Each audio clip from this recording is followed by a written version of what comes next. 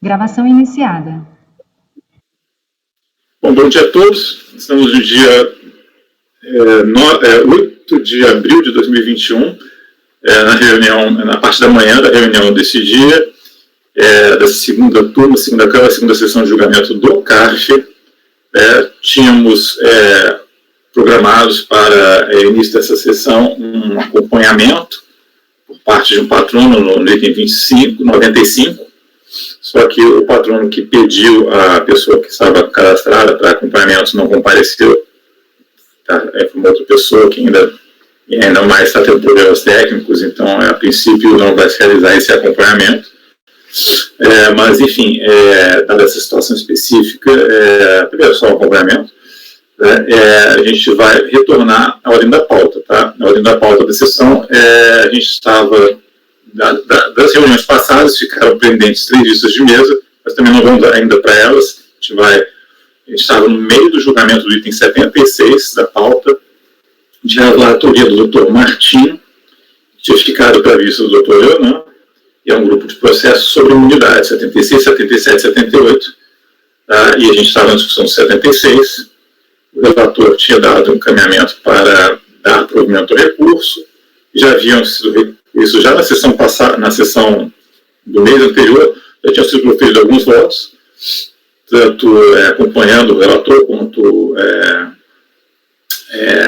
com divergência. A gente vai fazer, né, até porque teve um debate amplo ontem, final da manhã, da tarde. Acho que interessante quem quiser acompanhar esse processo e verificar os debates melhor, ver a gravação no dia de ontem, né, da quarta-feira, dia 7 de abril, porque boa parte do debate, inclusive a exposição da declaração de voto, a relatoria do processo, dos fatos, estão todos naquela gravação, então não vamos aqui repetir desnecessariamente, né? Mas, enfim, na verdade, o ponto o sério da questão é que aqui nesse caso, a entidade não viu seu direito à imunidade reconhecida por não ter entrado com um pedido junto ao INSS nos termos que regrava o artigo 55, parágrafo 1º da Lei 8.212, vigente à época dos fatos, né? A gente sabe que mudou essa relação, mas naquela época existia essa exigência, e foi esse o motivo pelo qual foi feita a lavratura do auto de infração. Tanto o relator quanto o doutor Leonan, uma exposição bastante minuciosa dos dois, defenderam que o julgamento do Supremo recente, né, do 56623, se não me engano, o recurso ordinário, teria dado uma margem, assim, a interpretação mais adequada do decidido ali seria no sentido de que realmente poderia ser afastado, poderia não ser considerado necessário o atendimento a esse 55 parágrafo. Primeiro, eu acho que os colegas vão detalhar aí, né, ainda que sucintamente seus pontos de vista, estou dando uma geral. Então, eles consideraram que esse artigo poderia, na situação específica, que poderia ser talvez a interpretação correta da decisão do Supremo, seria no sentido de que esse requisito aí não poderia tolher o direito à imunidade. Já o doutor Mário, principalmente, e também a doutora Sônia se manifestaram que não, né? E aí eu vou já, antes de, acho que assim, como já tinha falado previamente na reunião, eu vou, cada um vários, o doutor, ao final da sessão, e o doutor Virgílio pediu mais tempo, que ele não participou da discussão da reunião do mês anterior, então ele pediu mais tempo, né, para maturar e formar um posicionamento de ontem para hoje aí, a respeito do assunto, tá? Então, como eu falo combinado antes, a gente vai quem quiser se manifestar aí, uns 5 minutos aí para cada um, a sessão que a gente já debateu exaustivamente no dia de ontem, mas aí, evidentemente, quem não se manifestou, particularmente o doutor Vigílio, mas também a Sara, também tem o direito aí de, né, todos nós, né, também, só para não ficar também exaurindo o debate, né. Eu, da minha parte, só queria fazer 2 colocações, até porque eu manifestei muito pontualmente ontem. A primeira colocação é a questão de que essa norma, ela primeiro está estabelecida em lei, né? A gente não está diante de um requisito formal que veio através de uma portaria, de uma instrução normativa, e tem uma lei material que está sendo, que o INSS, ou a Receita Federal, um órgão da administração pública, está tolhendo de uma maneira ilegal ou inconstitucional. Não, aí é o próprio legislador, no processo legislativo, alçou esse requisito formal, esse requisito procedimental, a um nível de lei ordinária. Então, foi prestigiado a esse ponto, o cumprimento desse requisito. E não era uma questão de ficar a pessoa pleitear e ficar 1 ano, 2 anos e ficar à mercê de fiscalização quanto isso.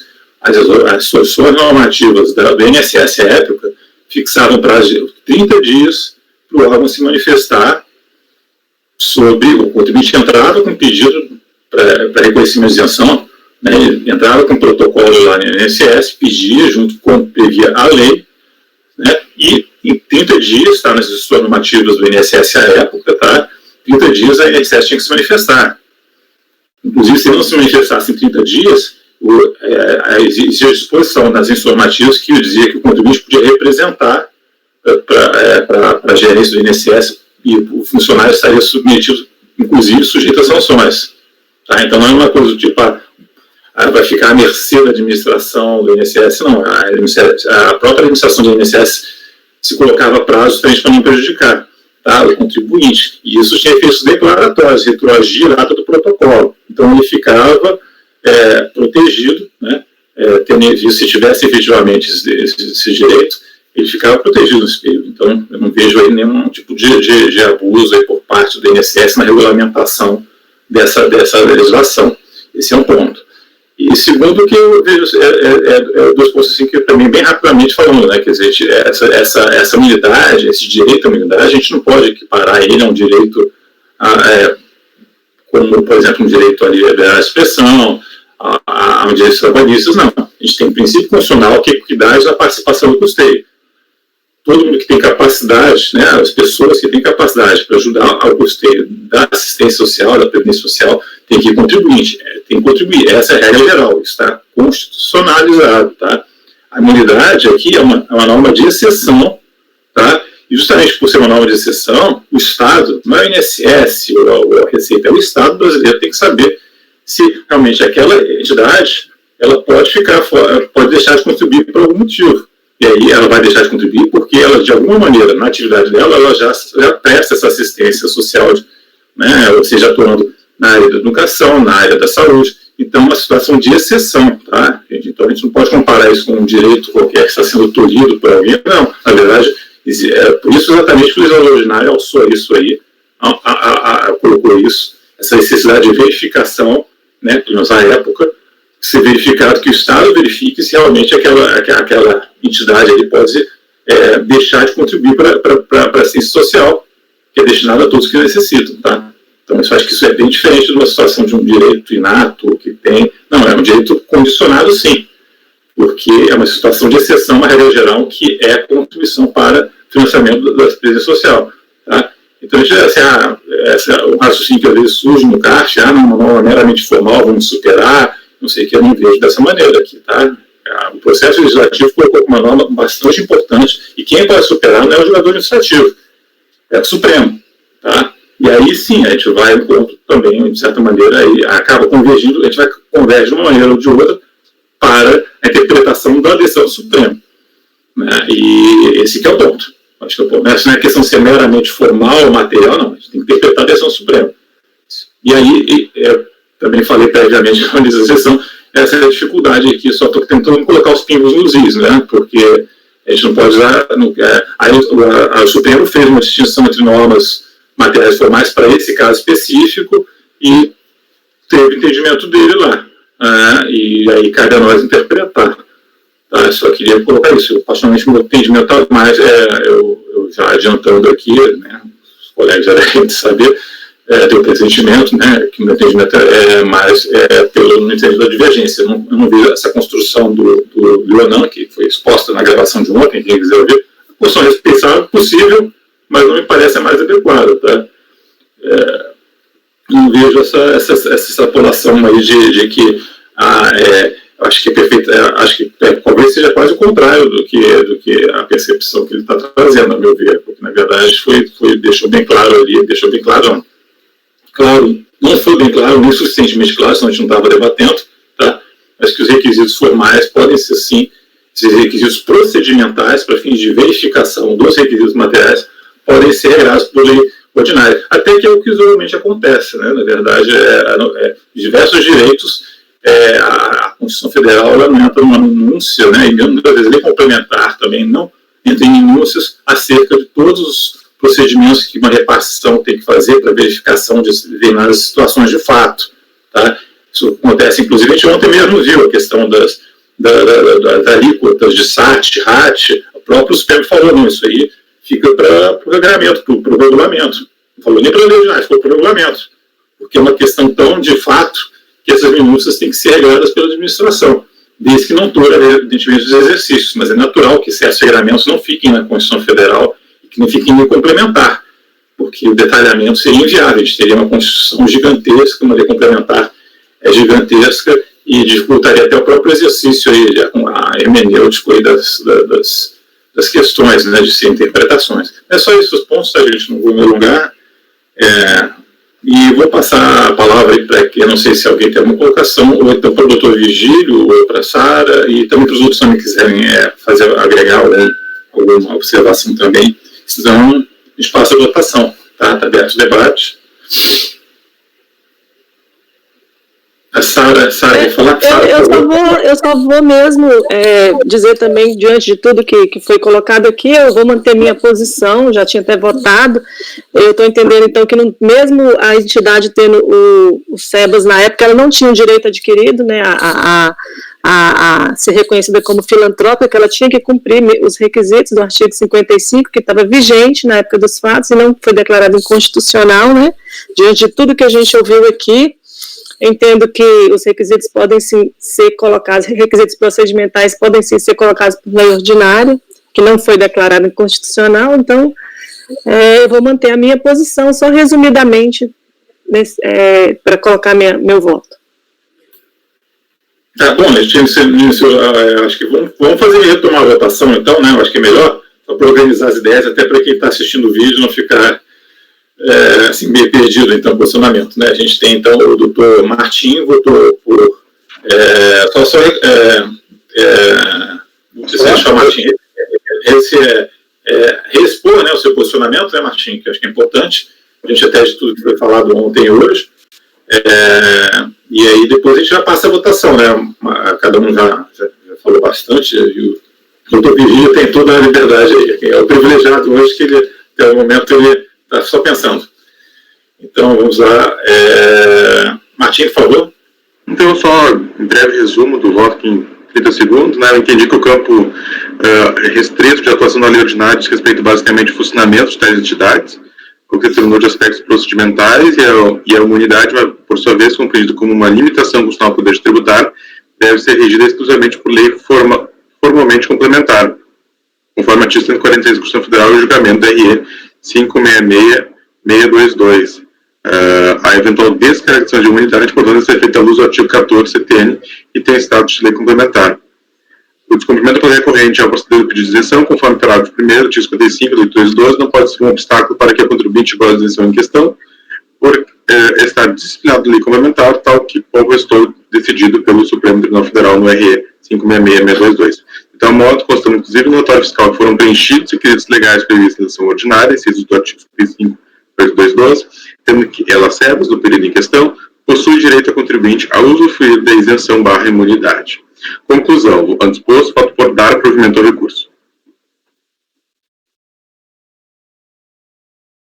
Obrigado, Martim. Mário, como voto? Obrigado, presidente. Então, novamente, abrindo a divergência, eu entendo que a contribuinte não atendeu aos requisitos formais para a fruição da imunidade dentro do quanto decidido pelo Supremo, justamente o primeiro item da emenda do recurso especial, vou pegar o nome dele aqui direitinho, que ele fala que aspectos procedimentais referentes à certificação, fiscalização e controle administrativo são passíveis de definição em lei ordinária. Somente exigível a lei complementar para a definição do modo beneficente de atuação das entidades de assistência social. Na minha ótica, e respeitando e cumprimentando aí tanto o relator quanto a leitura de ontem do voto muito bem elaborado, né? Voto apresentado pelo conselheiro, eu acho que a gente estaria justamente afastando a aplicação de uma lei. Nesse caso específico, como colocou o presidente também, que está claramente lá dizendo que é um requisito legal, né? E que não foi afastado, não foi declarado inconstitucionalidade, né? Afastado da aplicação dessa lei, na minha ótica, é claro, e respeitando as posições contrárias, essa norma continua vigente até ser revogada lá pela Lei 12.101. Então, eu abro divergência no sentido de negar provimento ao recurso.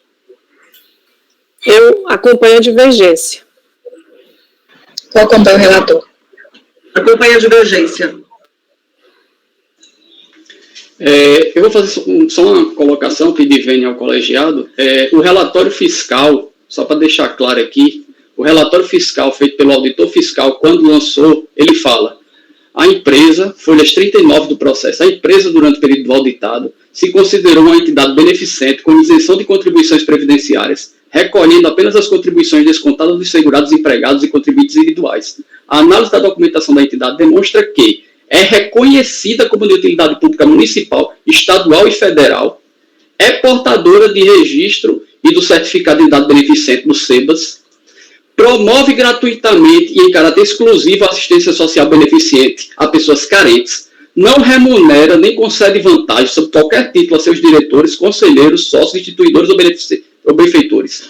Aplica integralmente seu resultado operacional na manutenção dos objetivos institucionais.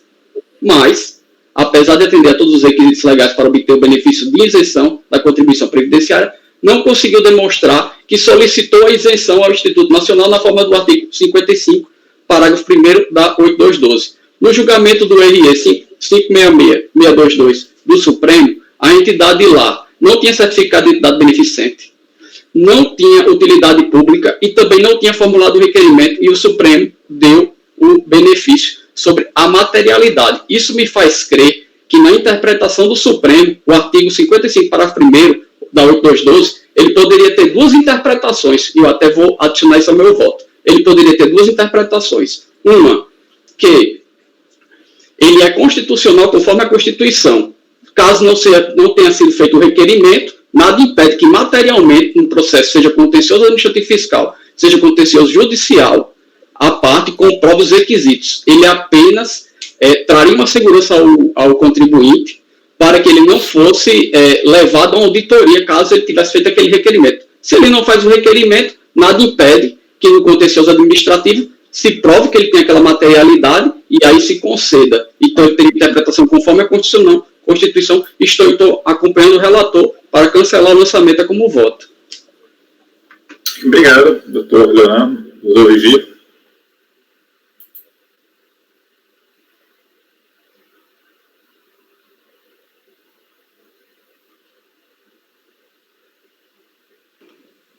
Senhor presidente, eu estudei bastante o assunto.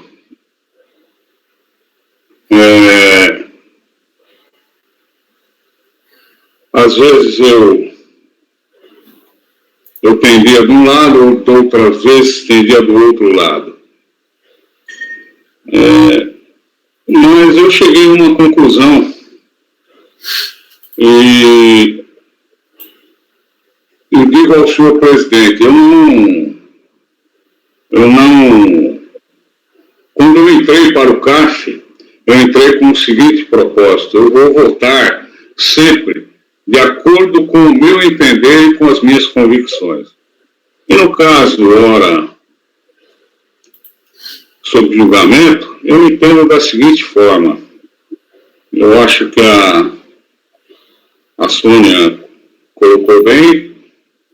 Eu acho que a outra, nossa colega,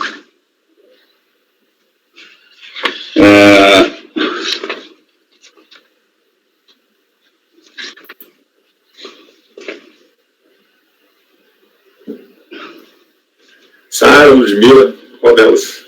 Não, Tá cheio de moças aqui. a Sara. A Sara ontem ela disse uma coisa muito importante. Nós não somos juízes, nós somos julgadores.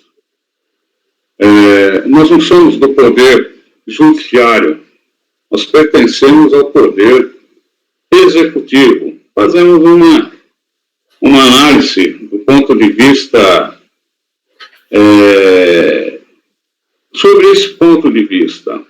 O juiz ele tem total liberdade, sempre teve total liberdade de julgar até contra a lei, até contra a súmula. Mas aqui nós estamos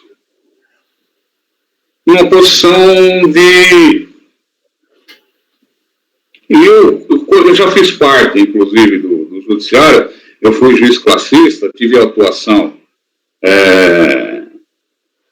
no TRT de São Paulo.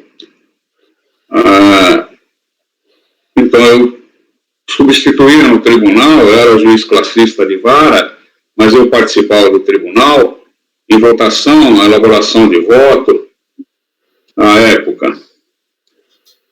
E lá eu nunca contrariei uma súmula. Pelo seguinte sentido, eu entendo que uma súmula é porque o assunto já foi amplamente debatido, já foi amplamente discutido, e se eu votar contra, eu vou estar criando uma falsa expectativa em alguém que está se aproveitando de um julgamento contra uma súmula. Eu acho que a Sônia também, ela disse algo muito importante, que não foi decretada a inconstitucionalidade do artigo 55. Então, nesse sentido, senhor presidente, com a devida vênia dos meus colegas, eu vou votar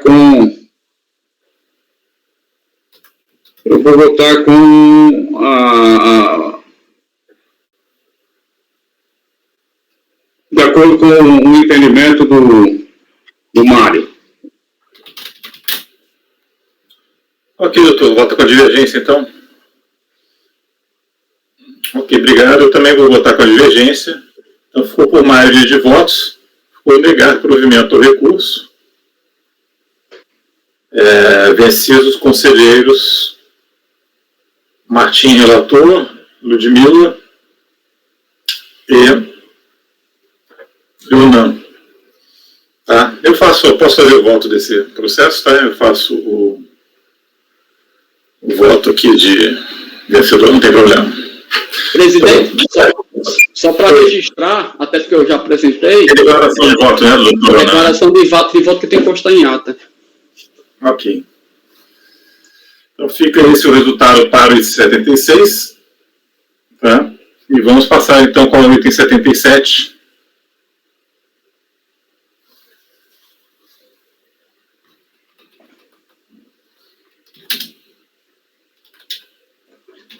Só um instantinho aqui, presidente. O item 77 é a mesma as alegações, porém, ao invés de ser contribuição a parte empresa, se refere a outras entidades e fundos, né, chamados terceiros, Educação, INCRA, SESC, SEBRAE. Eu entendo que o julgamento deve se repetir, né, igual o caso anterior. Então, esses são exatamente idênticos o voto, eu acredito que os votos computados vão ser o mesmo também. Então, a minha conclusão neste caso é voto por dar provimento ao recurso. Eu acho que tem que só repetir a votação para ver se todos confirmam, né?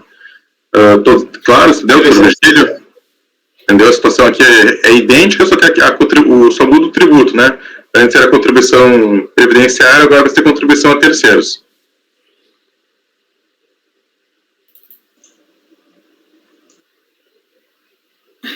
Ok, estão todos prontos para votar? Então vamos lá. Aicon vota.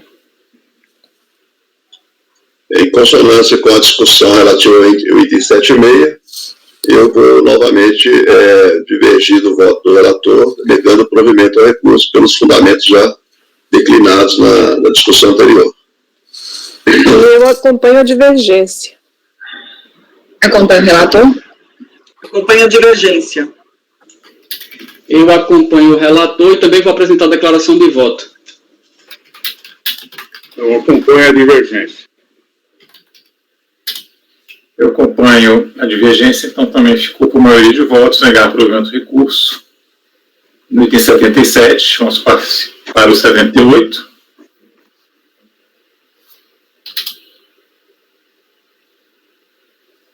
Quanto ao 78, o meu voto anterior era no sentido, que se trata de CFL 68, obrigação acessória, né, por descumprimento da obrigação principal, descumprimento de obrigação acessória, perdão. Ele estava entendendo que, tendo em vista o provimento dos dois recursos, a multa não mais persistiria. Esse seria meu voto. Então, eu estou oralmente fazendo a adequação do voto, tendo em vista que foi negado o provimento aos recursos voluntários dos processos de final 2010-49 e 2010-73. Eu vou relacionar depois a emenda que o conselheiro Rony, redator do voto vencedor, vai incluir. E por tal razão, sendo mantida a obrigação principal, por consequência, né, deve ser, então, considerado que houve a infração por descumprimento de obrigação acessória, razão pela qual eu nego o provimento ao recurso. Ok. Você faz só, se possível, até porque a gente tem que conferir a ata, né? Bom, primeiro vamos votar, né? Doutor Mário, como vota? Acompanho o relator. Eu acompanho também. Eu acompanho o relator. Acompanho o relator. Tendo sido vencido dos processos principais que foram negados provimento pelo colegiado a maioria, neste caso, como é um acessório e deve acompanhar o principal, eu nego provimento acompanhando o relator, que está reformulando o voto nesse sentido agora. Nego provimento. Acompanho o relator. Eu também acompanho. Então, ficou com a unanimidade de votos negar provimento ao recurso no item 78. Então, agora vamos passar para o item... obrigado, Martim. Vamos passar para o item 79, relatoria da doutora Ludmila. Com a palavra.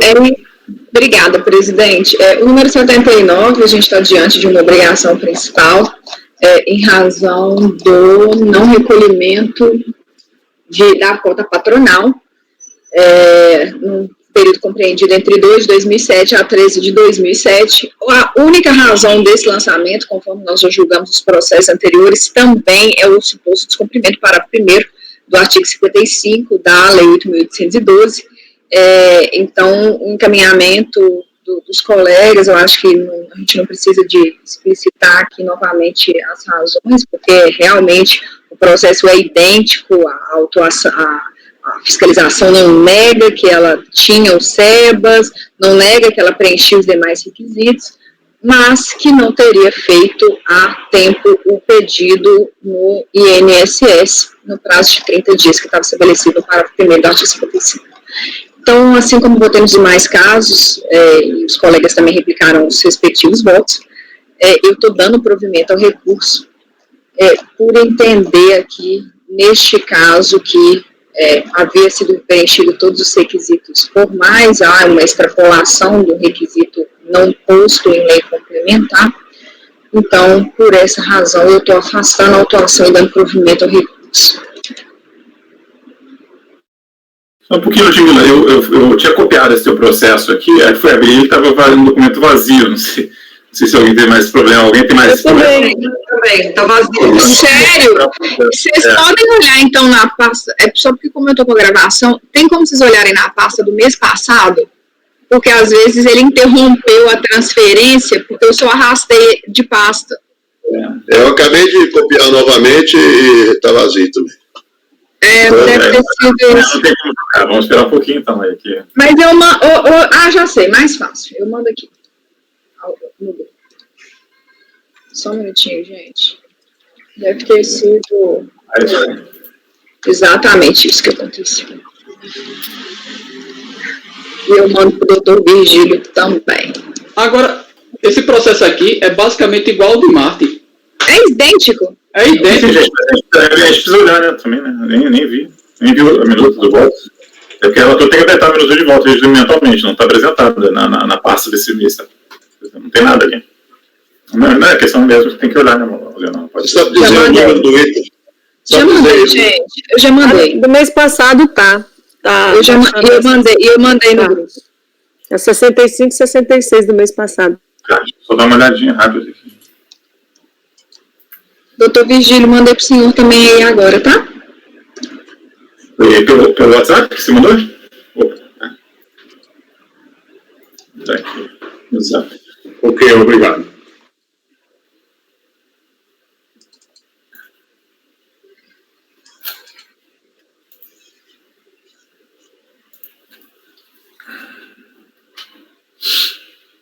Mas aqui é só 68. São dois processos. Sim, Ó, 79 e 80 que é o primeiro. É o 79 e o 80. O final 79 é o final 20... Peraí. Final 79... Entendi. É o final 29, que é a questão da patronal. E o final 50, que é o número 80, é o CFL 68, que, pelas razões que o Martim fez, eu também vou retificar, me curvando ao entendimento majoritário do colegiado.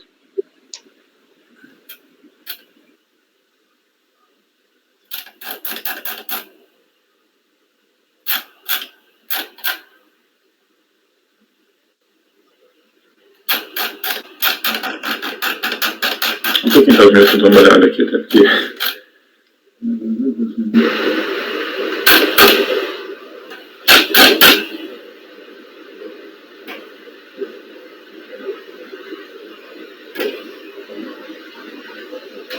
Tá. Ok, estou satisfeito aqui em relação ao 80, negócio, estou abrindo o 80.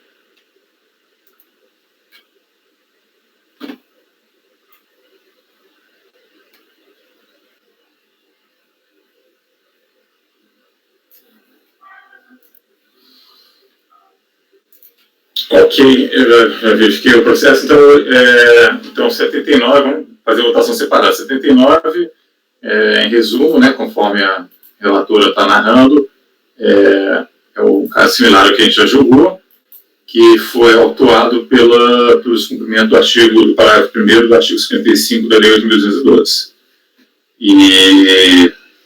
Então, vamos passar a votação, por favor, que é o caso que foi 76 e 77 também, tá? E que a gente acabou de julgar. Então, eu passo a votação, então, Mário. Eu vou abrir divergência pelos motivos declinados lá no item 76, por entender que o contribuinte não atendeu os requisitos legais para a fruição do benefício. Então, eu voto por... Negar provimento. Negar provimento, desculpa. E eu acompanho a divergência. O Martim não votou, gente, peraí. Martim não votou. Desculpa. Eu voto com o relator, acompanho a relatora. Eu acompanho a divergência. Da forma como já votei no 76, considerando que o caso é idêntico, eu acompanho a relatora. Eu voto a divergência. Não, desculpa, doutor. Presidente, vou também apresentar a declaração de voto nesse. Apresentar a declaração de votos, tá? 76. Presidente, com a divergência. Ok, e eu voto com a divergência também. Então fica com uma vez de votos, negar pelo menos recurso, também me autodesigno aqui de redator do voto vencedor. Agora o 78. O 78 é... 78? Não, 80. 80. 80, desculpa.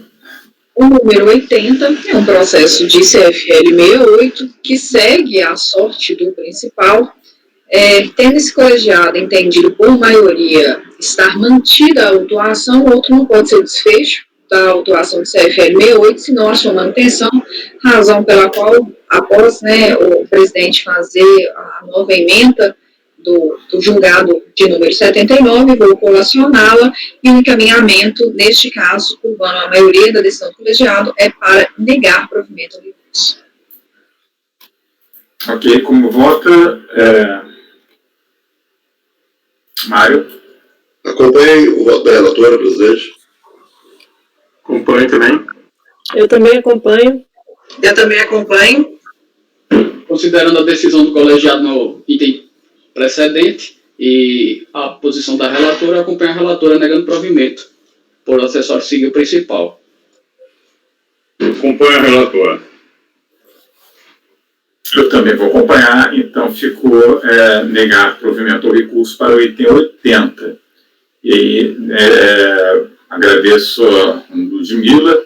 Passo novamente a palavra agora para o Martim, para o item 82, que é o próximo da pauta. Interessado, Emanuel Henderson. Eu peço um favor também, só para tanto o Martim quanto a Ludmila, né, que ajustarem o dispositivo e me mandarem uma minuta de dispositivo dos processos do CFR 68, tá? Ok? Teria só negar o provimento ao recurso? Negar provimento, mas assim, geralmente a gente tem que colocar, você pode colocar, seria só negar provimento? Acho que sim, né? Dá para colocar. A gente tem feito a indicação do outro processo quando dá parcial, porque aí fica mais difícil explicar. Mas quando é manutenção. Boa. Tá bom, então não tem problema. Vamos prosseguir então. 82, por favor.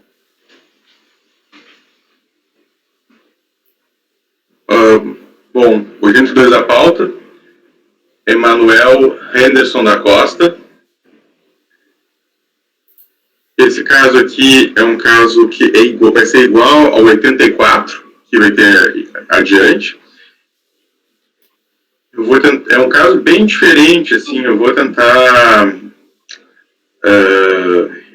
vou ter que fazer algumas leituras aqui só para tentar entender, mas, em resumo, o contribuinte aqui ele recebeu uma carta do sindicato lá de Belém do Pará, que ele fazia parte, né, e o sindicato disse que teria recolhido a maior algumas contribuições à Previdência, e aí isso embasou um pedido de restituição dele.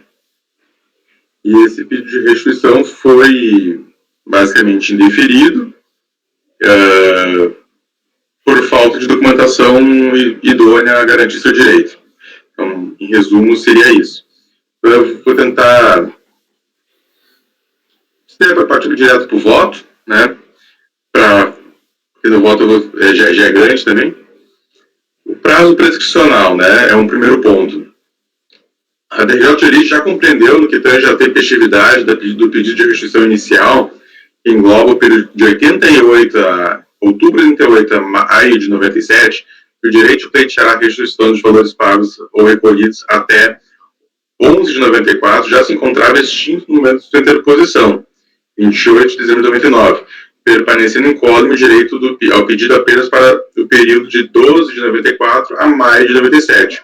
Portanto, conclui-se que o pedido inicial é parcialmente tempestivo. Quanto ao requerimento da restituição de valores indevidos, RRVI, a DRJ assim se manifestou. Então, foi apresentado em 2006, em complementação ao pedido inicialmente interposto, tem-se que o direito ao pedido de restituição está extinto apenas para a competência junho de 97, pois que essa competência não constava no pedido inicial, permanecendo incólume o direito ao pedido entre 12 de 94 a maio de 97.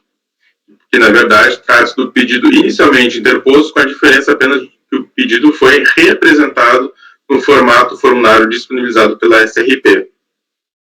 Então, a DCT ainda fala que pode pedir a restituição nos últimos 5 anos, né, artigo 66, né, 68, perdão.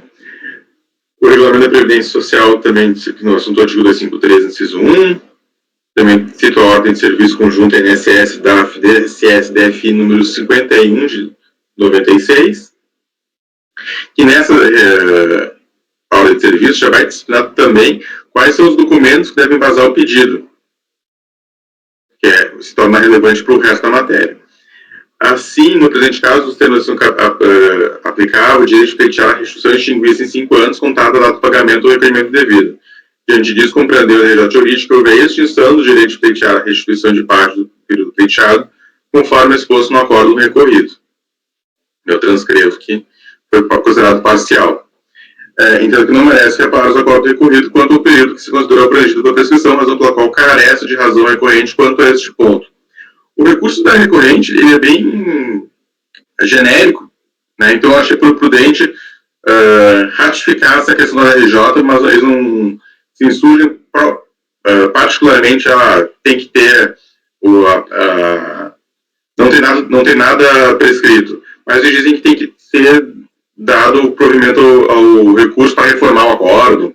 Então, como é genérico e não tem matéria de ordem pública, a gente já pode apreciar a questão da prescrição e mantive o entendimento da RJ a respeito, e é favorável ao contribuinte, inclusive, porque o outro entendimento que seria possível seria que o pedido foi protocolado somente em 2006, desconsiderando o período inicial, o pedido inicial que foi feito em 99,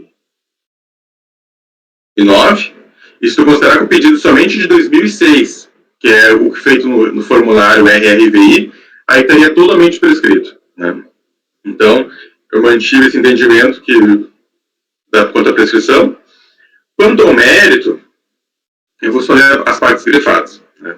Então, adoto o voto da RJ como razões de decidir, e a RJ ela bem sintetizou aqui o assunto quanto à falta de provas, né? Ressalto que a declaração emitida pelo sindicato da categoria de folha 14, bem como as planilhas elaboradas pelo mesmo, carece de legitimidade, pois, conforme a declaração do próprio sindicato, o mesmo não era o responsável pelo desconto e recolhimento das contribuições do período em questão, de forma que a RP da declaração e as planilhas não se prestam para suprir a ausência dos documentos listados acima. Da mesma forma, a comprovação do pagamento e recolhimento feito a maior face é essencial para viabilizar o acolhimento do presente pleito, pois é admissível a restituição de valores sem a comprovação do legado. Assim sendo, mesmo que tivesse sido provado pela opção de documentos usáveis que o empregador efetuou os descontos da contribuição do trabalhador em questão em valor maior que o devido, sem que haja provas da entrada desses valores dos corpos públicos, os documentos comprobatórios dos descontos por si só não são suficientes para justificar qualquer restituição, pois é concebível que se devolvam valores sem a prova de que os mesmos entraram em seus corpos. No presente caso, a recorrente sequer logrou o êxito de apresentar documento emitido pela fonte pagadora das remunerações, pois o próprio sindicato esclareceu que no período do pedido, dezembro de 94 a junho de 97, não era responsável pelo desconto das contribuições dos trabalhadores avulsos, nem pelo recolhimento das mesmas, cabendo essa tarefa às empresas, agências de navegação. Ele tem um ofício ali do sindicato. De forma que não há qualquer segurança de que os valores da remuneração e os descontos apresentados nas planilhas elaboradas pelo sindicato estejam corretos. Da mesma forma, as guias de recolhimento, GRPS, preenchidos em nome do sindicato, juntados nos autos recorrentes, não se presta a provar o legado do recolhimento maior, pois, da mesma forma, o próprio sindicato afirma que não era o responsável pelo recolhimento do período em questão, de onde se depreende que os valores recolhidos nessas guias referem-se a contribuições correntes de remuneração paga aos empregados do sindicato e não aos seus associados, trabalhadores avulsos, como é o caso do Decujos, que aqui é o contribuinte já é falecido, né? A própria recorrente compartilha desse mesmo entendimento, vídeo argumentos recursais, as folhas 119 e 120. Outro aspecto não menos relevante é o fato de que, se as fontes pagadoras não foram devidamente identificadas pela recorrente nos autos, também não há como se verificar se os empregadores, agências e empresas de navegação já pleitearam, receberam ou não restituição desses mesmos alegados valores. Por isso, uma vez autorizados pelo trabalhador avulso, por meio de procuração, as fontes pagadoras também poderiam solicitar a restituição dos valores por ela recolhidos indevidamente a maior. Quanto ao indeferimento do pedido, foi compreendido que não restou minimamente assegurado que os valores de contribuição supostamente descontados a maior do segurado foram efetivamente recolhidos aos cofres da INSS, e não restou minimamente assegurado que as fontes pagadoras de remuneração do decúgio não entraram com pedido de restituição de valores, mesmo valores aqui analisados, pois que a recorrente não logrou êxito em identificar as fontes pagadoras, uma vez que não teve sucesso em comprovar a existência da relação jurídica trabalhista entre o de cujos e as empresas informadas no anexo do ofício de com número 2 de 2009, folhas tais. No caso em exame, o contribuinte não logrou fazer prova de suas alegações, então não merece reforma a quórum recorrido, ratifico as razões decididas da primeira instância. O ano da prova cabe ao contribuinte, conforme o artigo 373 do CPC e 36.964, e não conseguiu, nesse caso, comprovar seu direito. Antes posto, voto por negar provimento ao recurso. Uma breve síntese, que já tem um caso igual, né? O que aconteceu aqui? Então, o sindicato emitiu uma carta, pelo que eu entendi, para 4, 5 associados. Ele fala, lá no início fala qual é o nome dos 5. A gente só tem 2 processos aqui. Eu não consegui localizar se algum processo parecido o cara já julgou. E o sindicato diz, o limite máximo para desconto, hoje atualmente acho que é R$500, né? Isso pode ser descontado R$600 das pessoas, né? Que senão que nem aqui no carro, né? Se a gente tem uma segunda fonte de renda, a gente não recebe desconto da segunda fonte de renda. Se ocorrer, e lá foi feito um desconto, segundo essa tabela que o sindicato forneceu, digamos de R$1.000 daquela pessoa. Só que aqui, o sindicato depois diz, não era eu que fazia essa retenção, eram as empresas. Quais empresas? Não está nos autos, não é dito. Então, assim, não tem como fazer uma conexão, assim, quem é que colheu isso? Aí tem umas guias juntadas pelo sindicato. Essas guias do sindicato, mas não se refere a contribuintes, se refere aos empregados do sindicato, a secretária, a limpeza, certamente não é dos seus associados, quem paga eles é as empresas. Então fica uma questão meio desconexa, né? Então, diante disso, não há prova dos alegados. O caso seguinte vai ser idêntico, então é realmente idêntico, mesmo na volta da RJ, inclusive. Só muda as folhas citadas, e lá não era de cujos, e aqui no próximo caso vai ser contribuinte vivo ainda. Então, o meu encaminhamento foi negar provimento ao recurso. E, colegas, está aberto o debate aí, realmente é um caso inusitado, nunca tinha visto isso aí. Enfim, se não tiver nenhum comentário, passo a palavra aí ao Mário.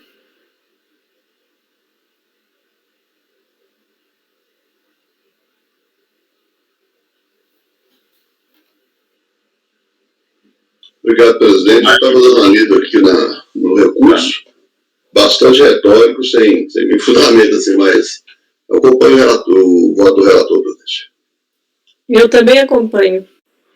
Acompanho também. Também acompanho. Também acompanho. Com o relator. Também voto com o relator. Então, ficou negado provimento para o item 82. O item 83 foi retirado de pauta, tá? Esse aqui, se não me engano, foi a pedido do contribuinte, se eu não me engano, tá?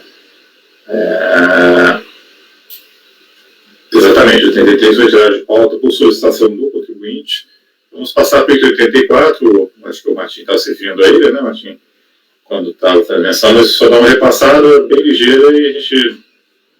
Então, aqui seria exatamente o mesmo caso, mesmo DRJ, mesmo advogado que atua em ambos os casos, mesmo para a advocacia. Então, assim, é um grupo, né? É um grupo de 5 pessoas que devem ter envolvido naquela declaração do sindicato. 2 processos chegaram aqui já no CARF e comigo aqui. Ambos os processos são sequenciais, inclusive a numeração, são bem idênticos.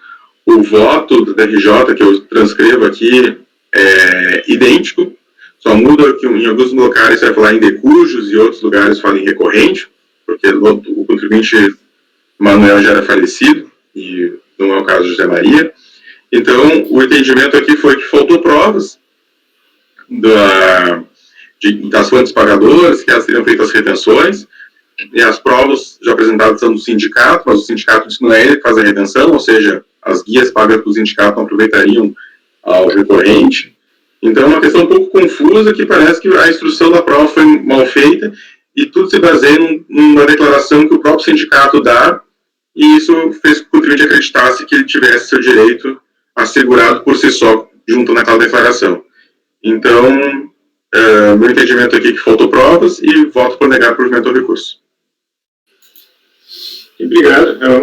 Então é similar ao 82. Acho que a gente pode passar direto à votação. Maria, por favor. Acompanhe o relator, presidente. Acompanho também. Também acompanho.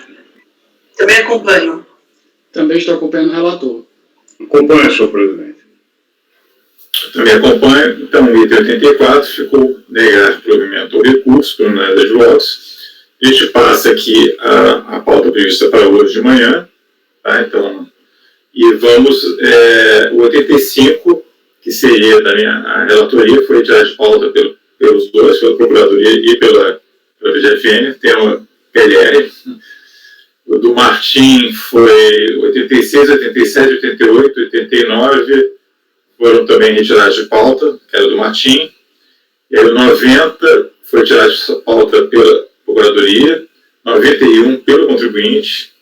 Então a gente passa aí, eu só vou antes de passar, bom, vamos passar para 92, 93, 94, depois quando for a hora 95 eu vou solicitar também o apoio para ver como é que ficou a situação do acompanhamento do 95, mas vou fazer o 92, 93, 94 primeiro.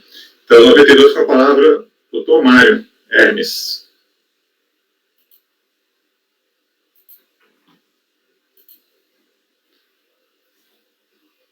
Obrigado, presidente. Bom dia novamente aos novos colegas conselheiros. Item 92 e o item 93 são do mesmo contribuinte, Associação Bom Samaritano de Francisco Beltrão. O 92 trata do lançamento de contribuições, a Seguridade Social e o GILRAT. E o item 93 trata de lançamento de terceiros. Então, a única diferença é justamente a natureza das contribuições. Uma contribuição para terceiros, o outro GILRAT e os 20% aí sobre a folha. No item 93, que trata de terceiros, não há qualquer tipo de alegação, tanto na impugnação quanto no recurso, quanto a terceiros propriamente. Quanto a linha de defesa é exatamente a mesma, os recursos se repetem. Tá? E a discussão aqui foi já colocada no começo dessa sessão, mas com uma diferença grande que eu acho que afasta o distinto que foi alegado anteriormente, porque nesse caso é uma instituição também, né, que alega imunidade, mas ela sequer apresenta o certificado de idade beneficente, em momento algum foi apresentado. Em que pese, e aí eu vou fazer uma leitura também, porque ela faz alegações que teria o direito com base naquela lei, naquele decreto-lei que falava que ficaram mantidos, então eu vou fazer uma leitura aqui mais breve e já, se me permite, tratando do 92 e do 93, que os argumentos são exatamente os mesmos. Então, o crédito tributário, o item 92, contribuição patronal de 20% e o GILRAT de 1%. Período 01-2008 a 06-2009, nas GFIPs enviadas, a contribuinte se declarou isenta das contribuições. Foi consignado o relatório da autoridade fiscal que a associação não poderia se autodeclarar como isenta, devendo submeter tal situação à apreciação da administração tributária para análise contra o atendimento dos requisitos necessários à fruição do benefício fiscal previsto no artigo 55 da Lei 212, cujo reconhecimento se daria pela expedição do ato declaratório, situação essa não verificada. Por ocasião do lançamento, foi aplicado o princípio de atividade benigna, lá da MP, né? Foi ainda lavrado o auto de fração debicade relativo às contribuições devidas a terceiros ou entidades, que é o item 93 da nossa pauta. A autora apresentou impugnação e alega em síntese que a falta de homologação de sua condição de filantrópica, sem fins lucrativos pelo INSS ou rede federal, não seria condição única e suficiente para o reconhecimento de sua situação de filantropia, sendo assim devida à autuação.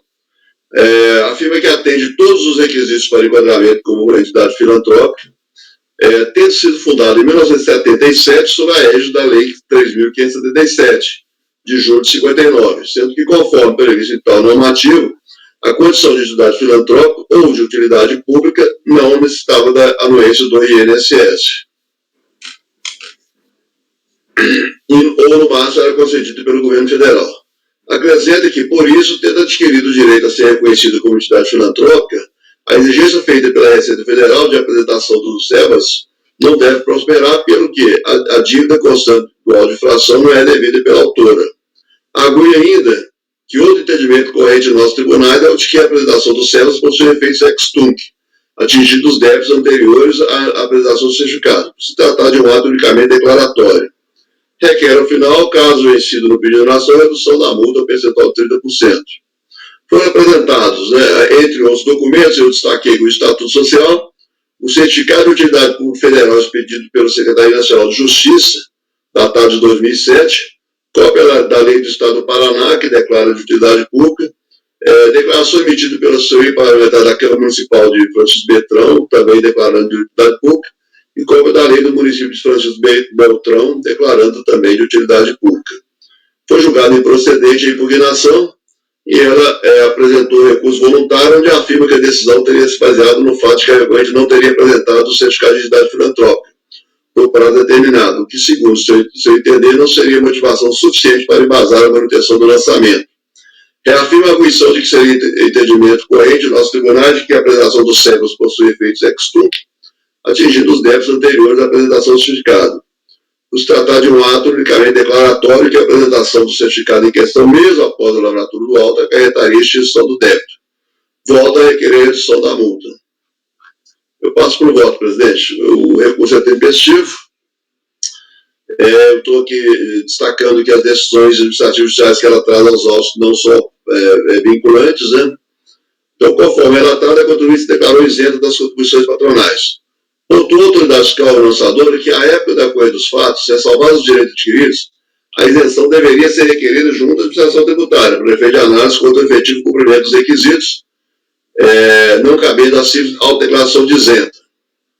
Vou ler os destaques. Verifica as diversas manifestações da recorrente, tanto na fase impugnatória quanto no recurso ao objeto de análise, que dúvidas não persistem quanto ao fato de que a contribuinte não possui o SEBAS, e tampouco adotou os projetos prescritos no parágrafo 1º do artigo 55 da Lei 212.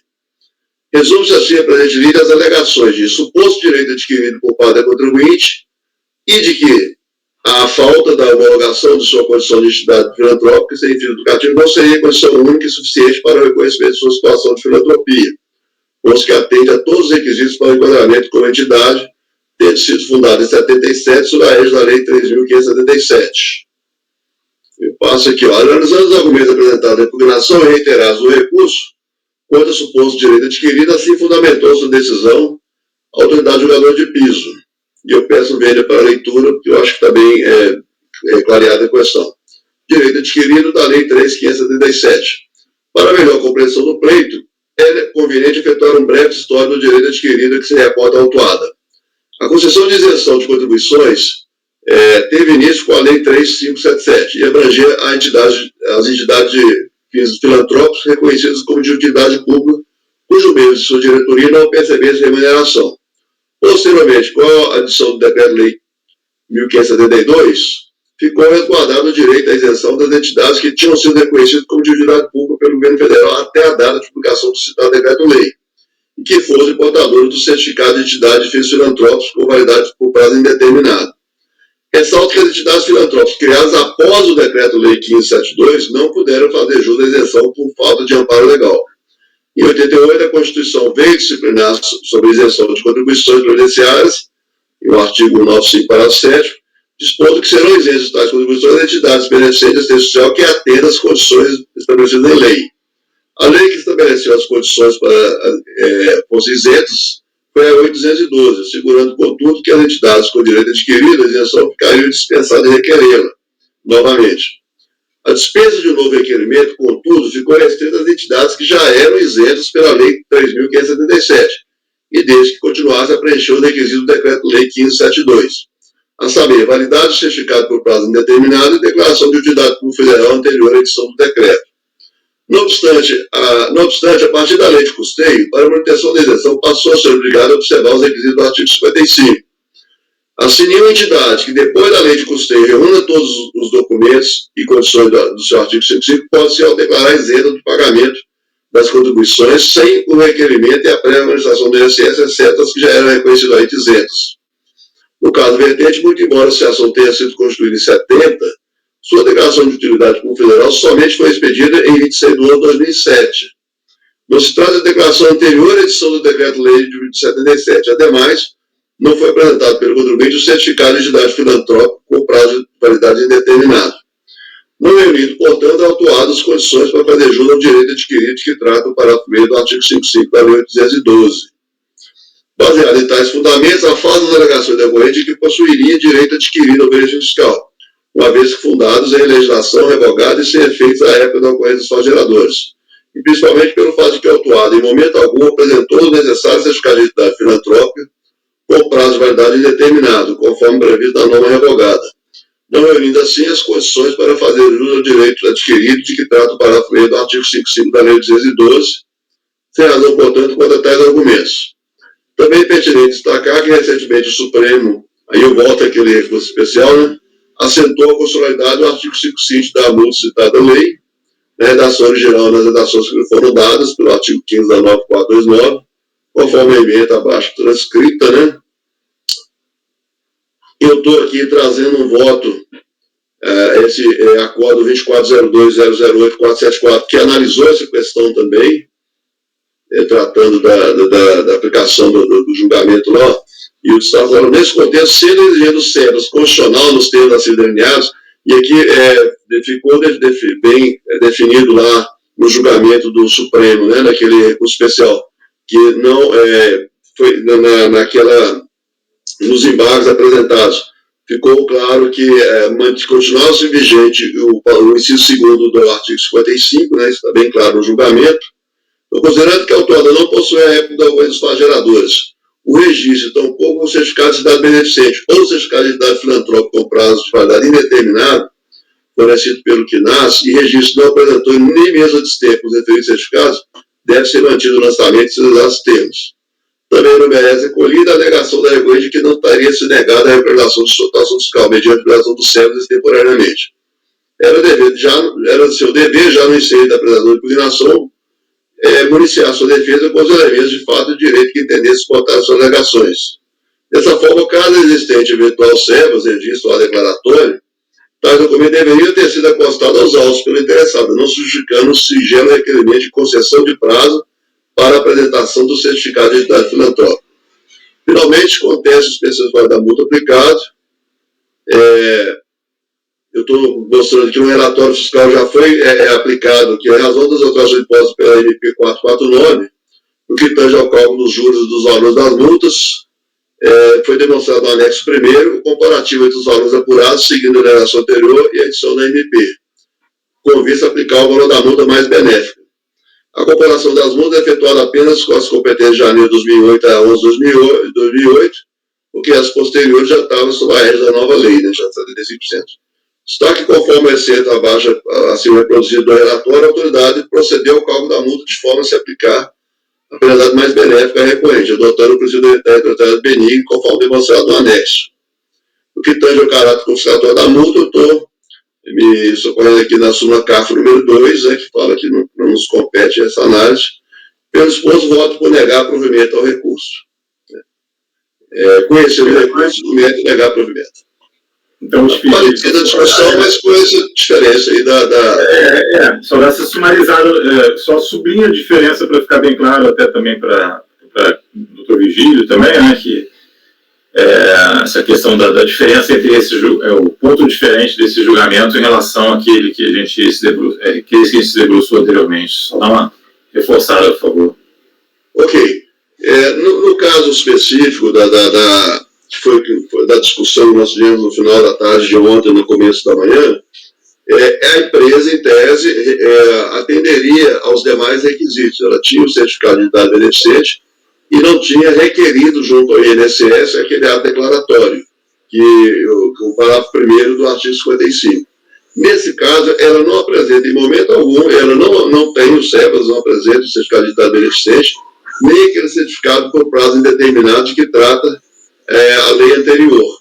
E a alegação dela é que ela teria direito adquirido com base na lei de 70, mas ela só requeriu esse benefício, ela só passou após a vigência do decreto-lei. Deixa eu só voltar aqui nesse ponto.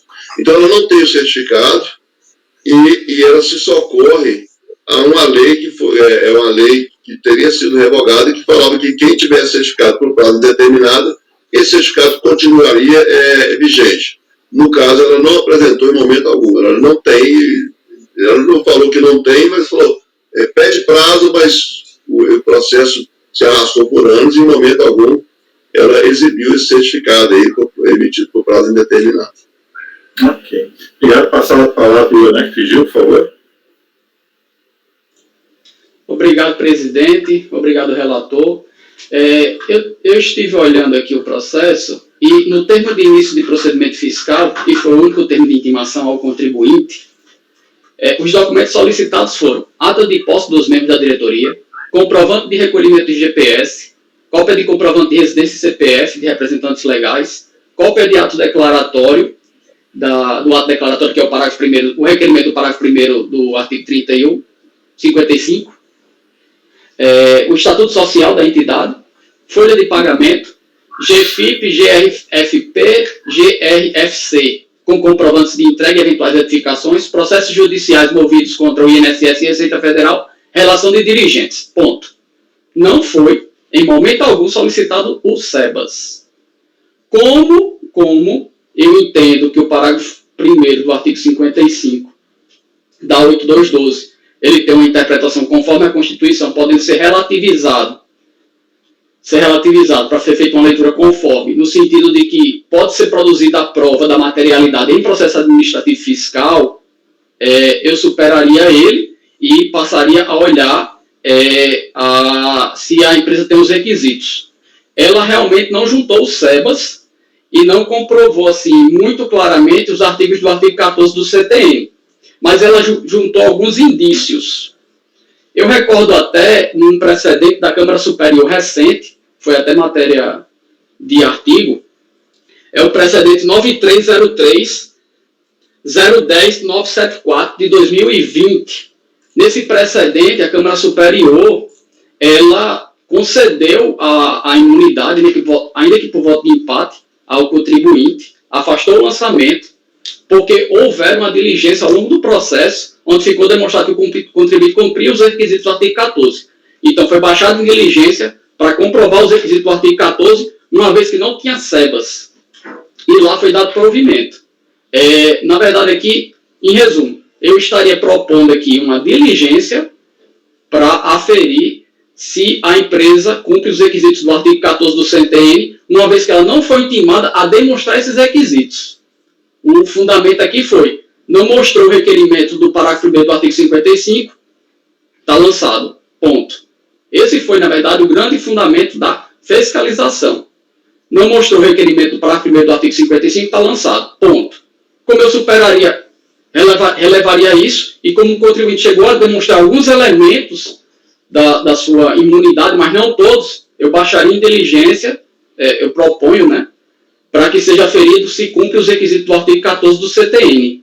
Inclusive, me valendo desse precedente lá da Câmara Superior, o 9303010974, não foi a Câmara Superior que baixou a diligência, mas ao longo do processo teve essa diligência para aferir os requisitos, e a Câmara Superior, considerando que na diligência a autoridade fiscal, ao proceder com a informação fiscal, disse, não tem SEBAS, mas cumpre todos os requisitos do artigo 14, e aí a Câmara Superior cancelou o lançamento dessa decisão do ano passado, da Câmara Superior. Então a proposta é de baixar a diligência. Ok, foi a proposta de baixar a diligência do doutor Leonardo. Eu só pergunto para o Leonardo que, na verdade, esses requisitos todos assim, são requisitos legais, né? E o contribuinte, ele conhece a lei, está publicado no Diário Oficial, ele sabe o que é preciso para comprovar a sua situação de entidade imune, sabe? Precisa de SEBA, sabe? Precisa de certificado de entidade pública. Com respeito a essa diligência, me parece que ela está produzindo uma prova que poderia o contribuinte ter perfeitamente produzido ao longo de todo o contencioso, após todos esses anos, e que não foi produzida. Mas a fiscalização não pediu, mas o contribuinte também tem interesse em gozar desse regime de imunidade, e se ele tem direito, é mais que justo que seja propiciado isso a ele, né? Mas também ele tem que fazer a prova do seu interesse. Eu fico um pouco assim, mas a fiscalização não pediu. Tá, mas a redação considerou que ele não fosse imune, então vamos trazer tudo que eu vou trazer. Se eu fosse, viu assim, se eu fosse entidade imune, ia chegar, não, vou trazer tudo que eu tenho aqui de documentação para comprovar que eu sou imune. Aí não há, porque ele não me pediu, e é clara, a legislação é clara pedindo esses requisitos. Me faça falar de novo o que o doutor acha, por favor. Ele trouxe aqui aos autos declarações de utilidade pública, municipal e estadual. Tem nos autos, declaração de utilidade pública estadual e municipal. Ele trouxe uma lei municipal lá que dizia que ele é beneficente, que ele prestaria gratuidades. Ele trouxe estatuto social, onde diz que ele não distribui recursos aos dirigentes. Ele trouxe também dizendo que os seus associados lá o superávit é aplicado na instituição. Tem uma cláusula do estatuto também que diz que os recursos da entidade é aplicado na própria entidade e dentro do Brasil. Agora, por exemplo, não tem contabilidade, não tem SEBAS, mas o SEBAS poderia também ser superado caso cumpridos os requisitos do artigo 14 do CTN. Eu entenderia por bem, eu me sentiria confortável a julgar o caso se a fiscalização me dissesse, em informativo fiscal após uma realização de uma diligência, que ele não cumpre os requisitos do artigo 14 do CTN. Se a fiscalização, ao fazer o cumprimento de uma diligência, ela diz que ele cumpre os requisitos do artigo 14 do CTN, mesmo sem o SEBAS, eu tenderia a seguir o mesmo caminhar do processo 76, que a gente julgou muito em 76 hoje. Ok. Sônia, com a palavra. A gente vai fazer, só para esclarecer, a gente vai tem uma proposta de diligência, então a gente vai fazer, evidentemente, uma votação separada da diligência, como tem o regimento. A gente está na fase do debate, tá? Evidentemente, cada um pode adiantar o seu voto, não tem problema na prática o que tem acontecido, né?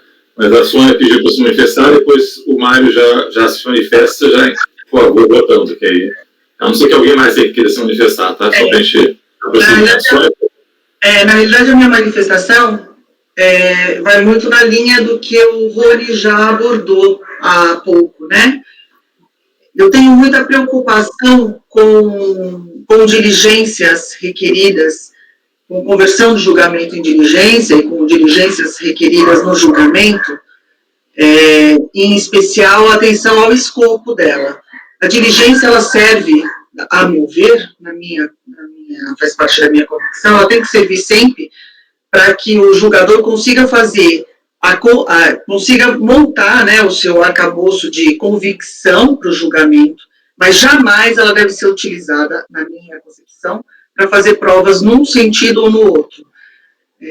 Então, toda vez que eu penso numa diligência, se é para fazer prova que a fiscalização deveria ter trazido ou que o contribuinte deveria ter juntado, a meu ver, essa diligência é desnecessária. Ela só tem fundamento quando todas as provas estão juntadas ao processo e falta um elemento de convicção. A meu ver, é para isso que cabe a diligência. Então, nesse sentido, e considerando o que o Rony já abordou na manifestação dele, eu já adianto que eu acho que essa diligência não tem fundamento, a meu ver, porque é uma diligência para fazer prova de algo que o contribuinte sabia que ele deveria ter trazido ao processo. Enfim, eram essas as minhas colocações. Obrigada. Ok. Obrigado, doutor Sônia. Eu vou passar a palavra para o Mário e já pedir, já que ele já, né, se ninguém mais fosse manifestar, se manifeste acerca faça a sua, só encaminhe seu voto, por favor. Por favor, Mário. Obrigado, doutor. A gente só está votando só a questão da diligência, tá? Depois a gente vai votar o mérito, só para não confundir. Então, em si, já votando o resto, não. Diligência, depois a gente, é assim que muda o regimento. Tá? Obrigado. Ok, presidente. Lá no voto do julgamento de piso, ficou assentado que essa empresa, ela só foi, essa associação, né, só foi declarada de utilidade pública em 11 de 2007, depois, já na vigência do Decreto-Lei 1572, de 77, que ele falou o seguinte: a validade do certificado por prazo determinado e declaração de utilidade pública federal anterior à edição do decreto. Então, ele só teve esse ato de declaração de utilidade pública após a publicação do Decreto-Lei 1572. Então, foi afastada essa questão do direito adquirido justamente por causa desse fato dele não ter, à época da publicação do decreto, ele não tinha ainda o ato declarando como utilidade pública. Então, aí, por isso que eu fiquei na dúvida agora com a questão da diligência, porque aí a gente recairia na discussão que nós tivemos agora há pouco. O fato é que ele não tem, e aqui eu estou com a impugnação aberta, eu peguei o primeiro ato, ele fala: concurso que a apresentação do certificado em questão, mesmo após a lavratura, acarreta a extinção do débito. Mas ele não fala que ele tem. E não apresenta em momento algum.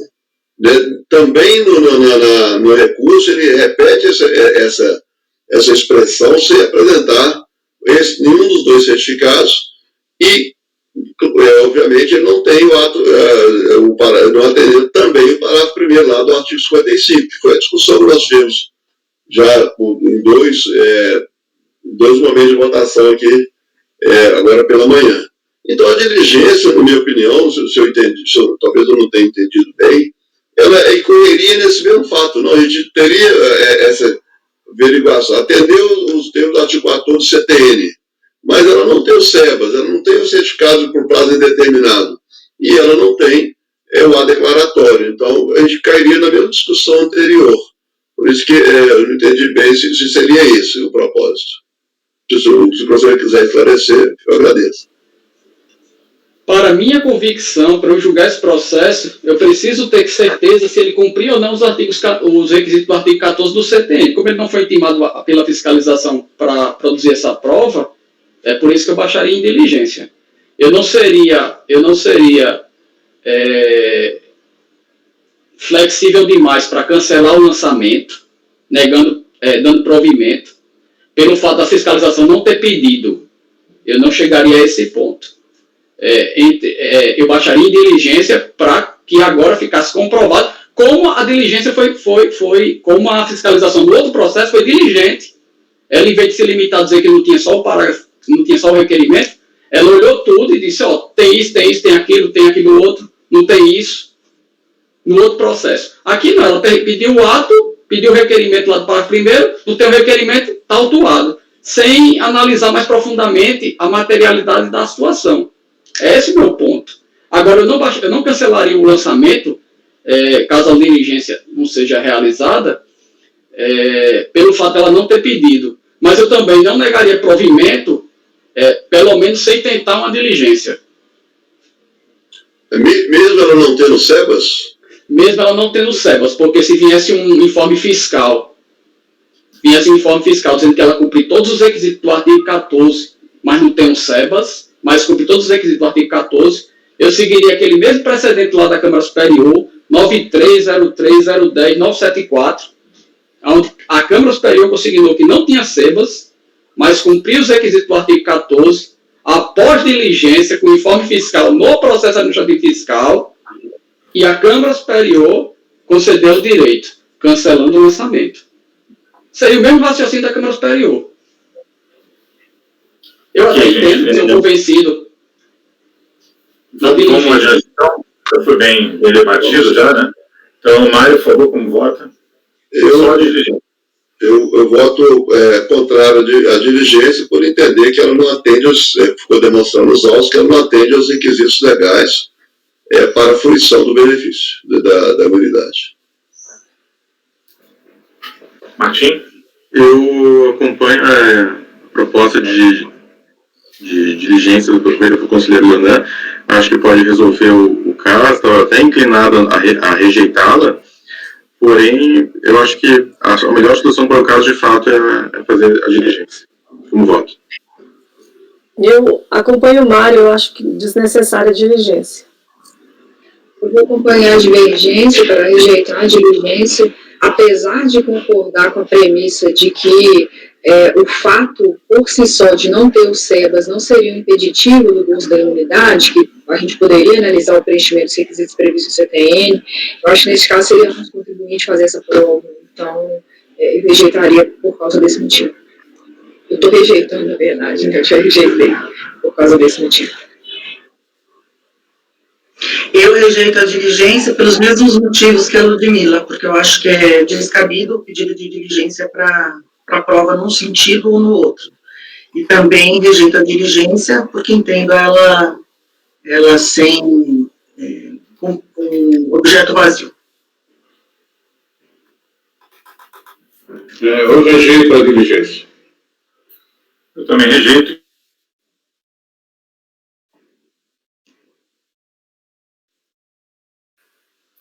Caiu, Rony. Travou. Tá ruim hoje de novo, né? Tá ruim hoje de novo. Eu também não tô vendo todo mundo. Não, pra mim tá ótimo. Pra mim tá normal. Eu tô muito bem, só que eu tô pelo celular. Eu não estou pelo celular. Na verdade, eu estou acessando a internet. Eu estou no notebook, mas acessando a internet pelo celular e está muito bem a imagem. Que coisa. Oscilações naturais de rede. Então, foi por maioria de votos rejeitada a proposta de diligência. Então, vou passar a votação do mérito. Mário? De acordo com a leitura do voto, é negar provimento ao recurso. Eu acompanho o relator pelas conclusões. Eu acompanho o relator. Eu acompanho o relator. Acompanho o relator. Como relator. Acompanho o relator também pelas conclusões e vou apresentar a declaração de voto.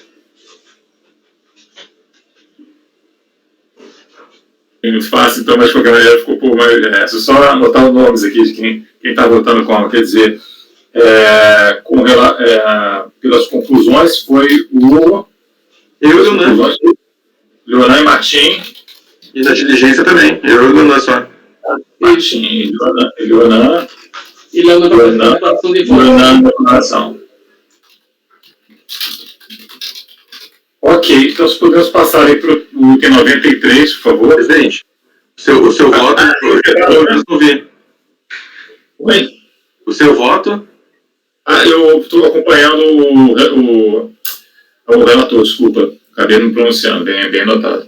Eu acompanho o relator, então ficou por negar provimento, né? Por maioria de votos, não foi unanimidade, mas com dois votos pelas conclusões. Eu vou pedir, vou fazer intervalinho agora, se 10 vezes. Me permite, o 93 é o terceiro, podia botar aí antes do intervalo, não?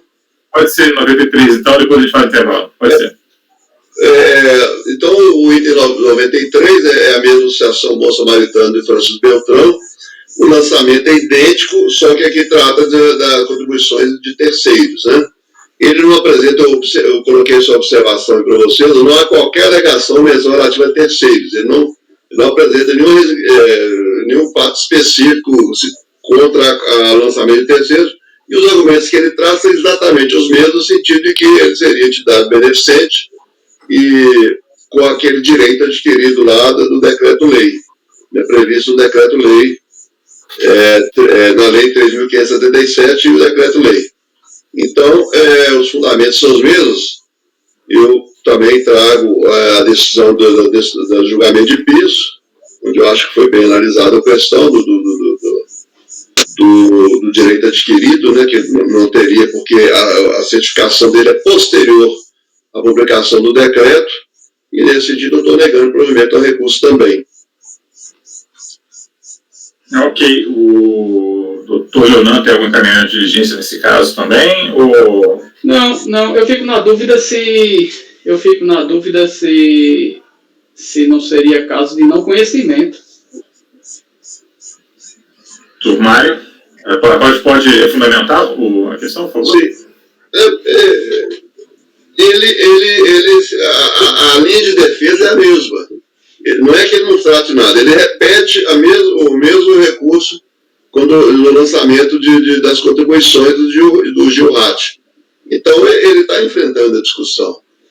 Né? Ele só não trata especificamente do lançamento de terceiros, mas ele fala que ele é imune. Então, seria igual ao outro. Eu proporia a diligência, eu acho que estou vencido, eu e Marco, pelas conclusões, no mérito também, e apresentaria também declaração de voto.